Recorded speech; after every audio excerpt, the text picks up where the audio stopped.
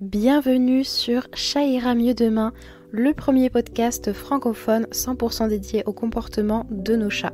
Je m'appelle Amandine Pénaranda et je suis comportementaliste félin, spécialiste en relations humain-chat. Je te partage tous les lundis et jeudis mes conseils et mes astuces à travers différents sujets, autant en prévention que pour des problématiques déjà bien installées. Bonne écoute!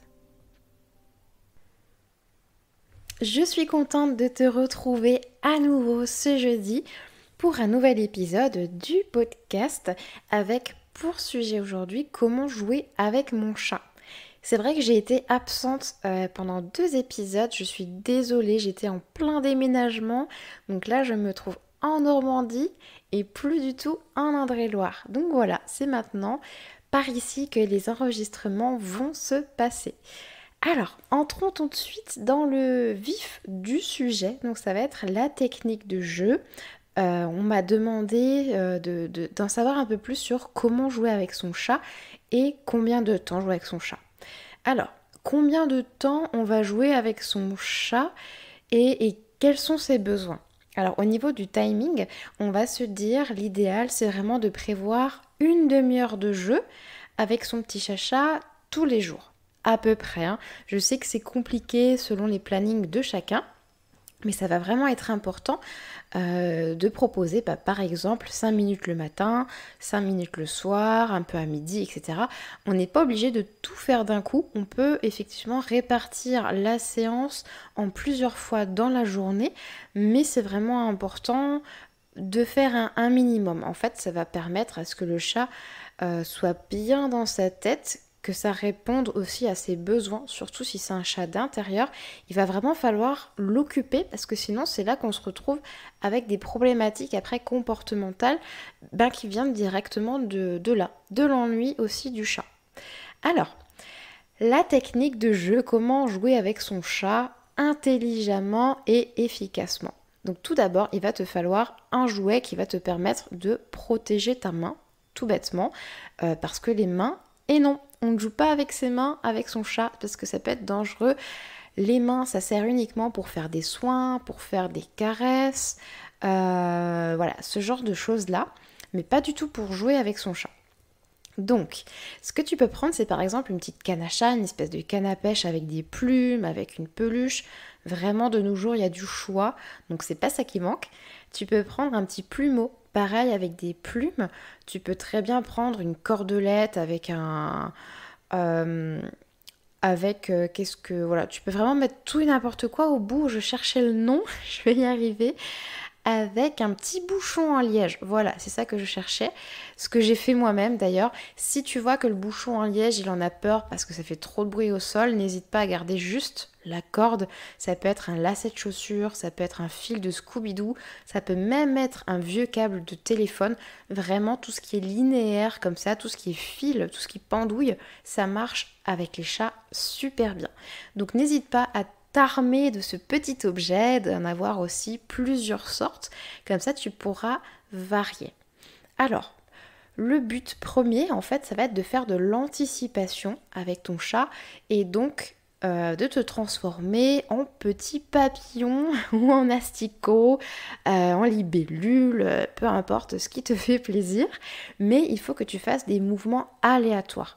On va pas faire des mouvements linéaires, haut en bas, gauche droite. Si tu regardes bien, une mouche, ça va n'importe où, ça se cogne, ça fait vraiment n'importe quoi. Pareil, un petit moucheron, si tu regardes, ça vole un peu n'importe comment. Un papillon de nuit, encore pire. Donc il faut vraiment que tu te mettes à la place de l'insecte ou de l'animal, que voilà, tu te caches derrière les meubles, que tu utilises en fait tout ce qui est autour de toi, les hauteurs, ce qui est au sol, etc. N'hésite pas vraiment à te transformer en un petit animal grâce à la canne à pêche.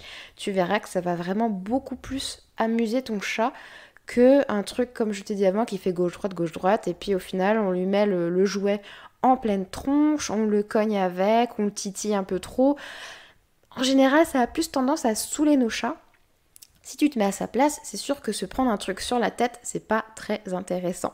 Donc en fait, il vaut mieux passer près de ton chat, tu vois, te mettre un peu devant lui, faire des mouvements un petit peu toujours aléatoires. Et quand tu vois qu'il commence à s'intéresser au jouet, tu peux t'approcher de ton chat avec ce fameux jouet, toujours en faisant des mouvements bien sûr aléatoires, et surtout permettre à ton chat d'attraper cette fameuse proie, on va dire au moins une fois sur 3. Et bien sûr, tu peux aussi varier, ne lui fais pas attraper la proie toujours la 3e fois, tu peux un coup lui faire attraper la 2e fois, un coup la 1re fois, un coup hop, de nouveau il l'attrape la 1re fois, et après hop, on va lui faire attraper au bout de la 4e fois. Tu vois, si tu passes devant lui une fois, hop, il ne l'attrape pas, une 2e fois il l'attrape, et les 2 prochaines fois il ne l'attrape pas. Tu vois, de varier un petit peu parce que sinon, il risque de se désintéresser du jeu rapidement. Ça va vraiment devenir un espèce de cycle routinier, et au contraire, il faut mettre un peu de surprise, un peu de suspense, tout ça. Donc, une fois que ton chat a attrapé entre ses petites patounes son jouet, il faut surtout que ça reste naturel. Donc c'est-à-dire que le jouet, tu dois l'immobiliser pendant quelques secondes en fait, jusqu'à ce que ton chat le relâche. Ça va être comme une proie dans la nature. Forcément, la proie va avoir peur, donc elle va s'immobiliser un moment, ou elle va essayer de courir effectivement. Donc ne tire pas sur le jouet en voulant l'extirper de ses pattes, ne tire pas dessus, laisse-le un petit peu, et quand tu vois qu'il se dit bon, ça bouge plus, je relâche, et bien là, hop, tu repars pour un petit tour et tu recommences. Un coup tu l'attrapes, un coup tu l'attrapes pas, etc. Donc en fait, c'est recommencer un petit peu les étapes ABC jusqu'à 3 fois à peu près. Et en gros que voilà, le chat de toute façon va lever sa patte pour vérifier que sa proie est bien morte.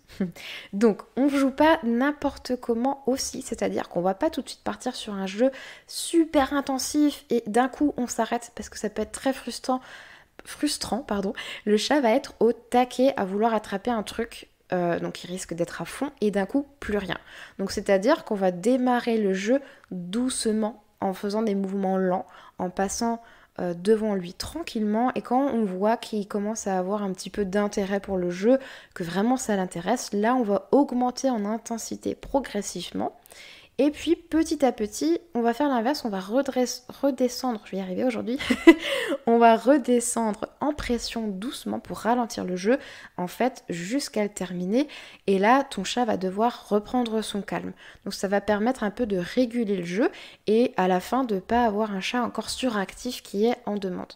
Donc cette session de jeu-là, tu peux la faire 5 minutes, 10 minutes, et voilà, soit 2 fois par jour, ou vraiment répartir en 5 fois 5 minutes selon les besoins en fait de ton chat. Parce que c'est vrai qu'on va avoir des chats pantouflards qui vont pas trop demander de jeu, ou alors des chats qui vont aimer jouer pendant 45 minutes. Si jamais, ne dépasse pas 2 heures, parce que le but c'est pas de rendre ton chat athlète qui sera toujours en demande, c'est vraiment de garder un timing défini un petit peu, un temps de jeu défini. Et puis comme ça, ton chat va s'y habituer aussi, et puis ça sera quand même plus sympa. J'ai beaucoup de gens qui me disent aussi, bah oui, je veux bien jouer avec mon chat, mais mon chat s'en fiche. J'ai acheté plein de trucs, il n'y a rien qui l'intéresse. Ok, donc ça je l'entends, mais c'est pareil, j'ai envie de te dire, est-ce que tu as testé tous les jouets qu'il y a dans le commerce ? Je pense pas. Est-ce que tu as testé ce fameux fil de Scooby-Doo, ce lacet de chaussures, etc. Après, c'est vrai que ça va être comme nous. Tu vois, il y a des gens qui ont des loisirs différents. Il y en a qui vont aimer jouer aux échecs.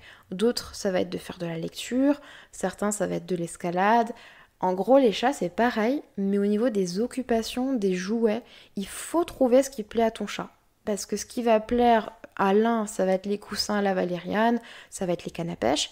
L'autre va s'en fiche complètement. Il va préférer le petit plumeau rigide. Il va préférer mâchouiller aussi des choses.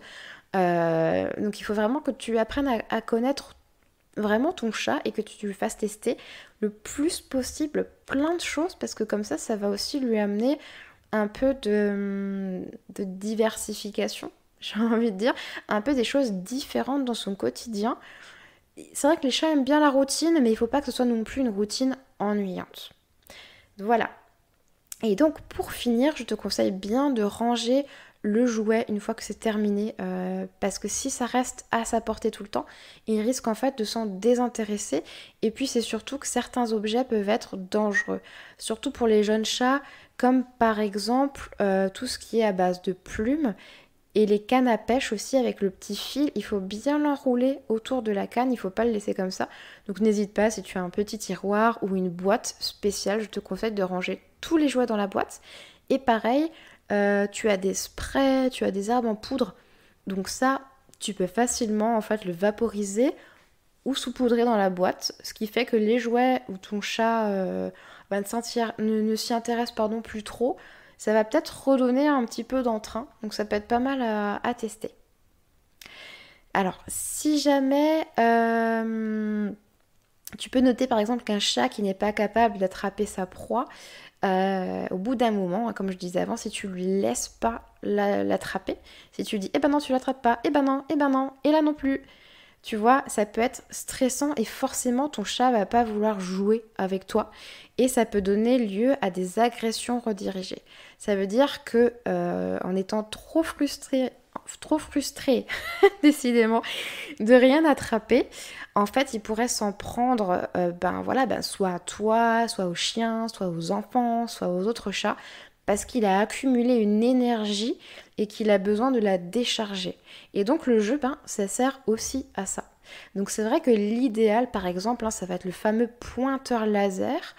Moi, je veux pas le diaboliser non plus, parce que ça peut être pas mal de le mixer avec plusieurs jeux. Par exemple, tu peux faire un peu de pointeur laser et hop, on lance une petite friandise, on reprend le pointeur laser, on fait un peu de plumeau, etc. On refait un peu de canne à pêche. Donc tu peux mixer, mais effectivement ne pas faire tous les jours que du pointeur laser parce que ton chat va être excité. Pareil, ça va être intense. Et d'un coup, hop, le pointeur s'arrête, il se passe plus rien et toi tu pars faire autre chose et ton chat il est là au taquet tout seul et il comprend plus rien. Donc ça va être vraiment à éviter. Pareil, si tu as mobilité réduite, que tu as des soucis, des restrictions physiques, tu peux quand même jouer avec ton chat.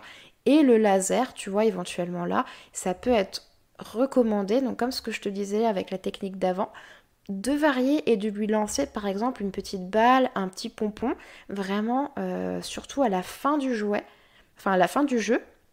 avec le jouet, histoire qu'il attrape quelque chose.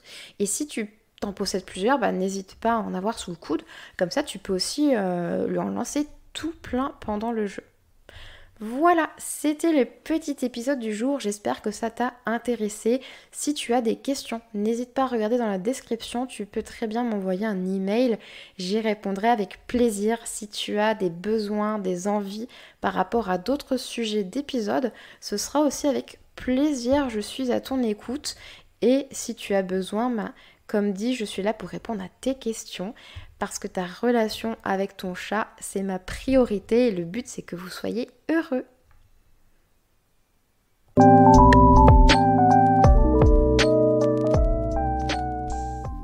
Voilà, c'est tout pour aujourd'hui. J'espère que tu as pu apprendre de nouvelles choses afin d'avoir une meilleure compréhension de ton chat. Si c'est le cas, n'hésite pas à le partager à ton entourage et à me faire un petit retour. Ça me fera très plaisir. Et en plus, ça me permettra d'augmenter dans les classements et de me donner encore plus de motivation pour t'offrir toujours le meilleur contenu et les meilleurs conseils. Merci beaucoup pour ton soutien et très bonne fin de semaine à toi.